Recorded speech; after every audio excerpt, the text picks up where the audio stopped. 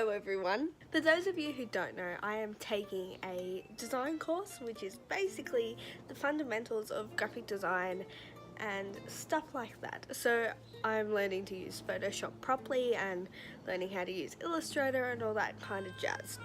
And because it's an arts based course and a graphic design based course, we have creative freedom as students to do whatever work we like, and we get to have a lot of creative freedom with what we do with the assessments that are handed to us.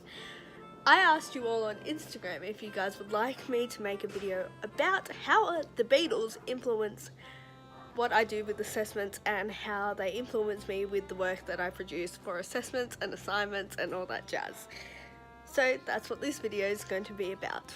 I never really wanted to do graphic design. I still kind of don't, but I'm glad that I'm doing this course because that way there's a lot to learn and that can work my way through other courses if I like, with still having graphic design as a big part of that creativeness. The first term of this semester started in February and then ended in about April, and then we had a 2-week break, and then the next one started earlier this month. So I'm going to tell you about some of the assessments that we had to do. The Beatles did play a big part in what I did with what I wanted to produce for assessments. So the first term, and with most of the assessments, even the ones now, we had to create mood boards, which I'm pretty sure everybody knows what a mood board is. A mood board is just basically a bunch of pictures that will help you translate and help give you an idea and some aspects of what you want to put into your creative work. For one of the classes, we had to do my life as a flip-flop. I'm going to use the term flip-flop because even though in Australia we call them thongs, everybody will go weird on me. So basically we had to make a mood board about what you are and who your personality is, what your personality is like, what you like in music and movies and stuff like that. Obviously the Beatles were going to be a pretty big part of that. For one flip-flop I did kind of like a 60s psychedelic Sgt. Peppery vibe, and for the other one I did a kind of like a 30s 40s Gene Kelly classic Hollywood style, because that's basically my two big things in music and movies. For the second class we had to design a superhero. Now everybody else is kind of doing like really powerful people with a lot of work, kind of like Superman or Wonder Woman and stuff like that, but I didn't really want to do that. I kind of wanted to do, I guess, the working class hero or the unsung hero. So I used a lot of kind of John Lennon, How I Won the War kind of influence for that, and I also used a lot of MASH for this one too. This one did take me a while, especially in Photoshop, because I wasn't exactly sure how to lay the skin properly. There's also two main assessments this term that I'm using very Beatles inspired things to work with. The first assessment of this term is that we have to take a band logo and redesign it.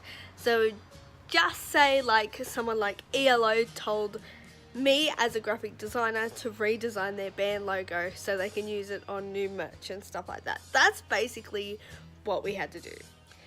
I was going to do ELO, but then I thought the kind of trying to change the spaceship and the lettering would be a little bit hard to do. I decided to go with wings. The mood board for this project was kind of a huge mix of 60s and 70s music, so the mood board didn't really, I guess, portray what I ended up going with, but it did help me with some ideas. We had to draw up 6 to 10 ideas and sketches that we could work with.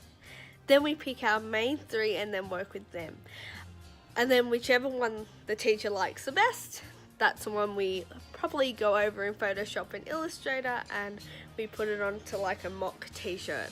And the last class is probably my favourite because I think I got a little bit ahead of myself and I've nearly finished it and we haven't even gotten halfway through the term yet.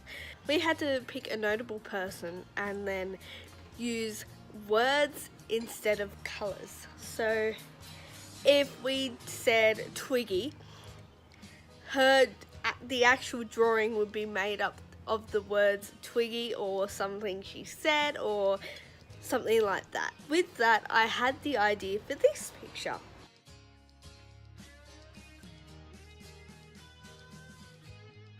As you can see, the Beatles did influence my work being a art student quite a lot. Once the last couple of artworks are finished, I will probably do an update in another video. I'll see you guys soon. If you like this video, make sure to give it a big thumbs up. Make sure to subscribe and leave me a comment. This is Shine, signing out.